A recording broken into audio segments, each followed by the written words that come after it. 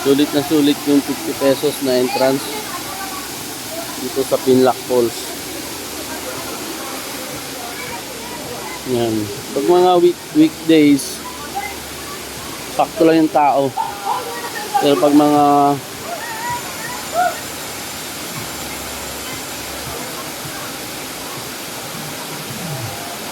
Sabado, Linggo, marami po dito.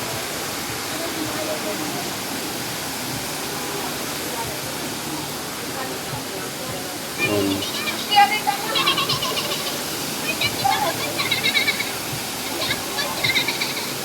Wala, hindi na gana. Ayaw. Hindi gumagana yung GoPro. Sira na yung GoPro natin eh.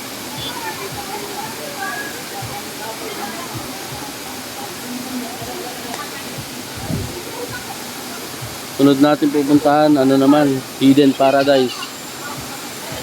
Ito lagi yung tinatambayan natin, Pinlac Falls. Ang mga pupuntahan namin is yung Hidden Paradise. Isa pa sa magandang tambayan yung Agos River. Dito, sulit talaga. Napakalamig ng tubig, unlimited yan. Galing sa kagubatan.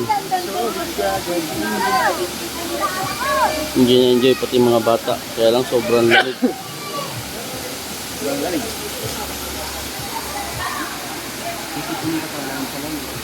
Ito po pala yung Pinlac Aragat Falls.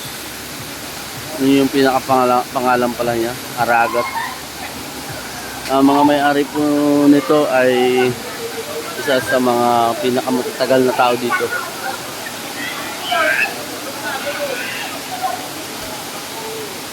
Ginevelop po nila to. Dati hindi naman sa ganyan. Pinaganda na rin lang siya ng bakpo. Pero yung waterfalls, natural po na ganyan na talaga yan. Nilagyan lang nila ng mga recrap. Ang entrance dito 50 pesos lang. Kaya napakalamig ng tubig. Kita-kita nyo naman. Puro punong kahoy. Lahat ng nature lang yung meron dito.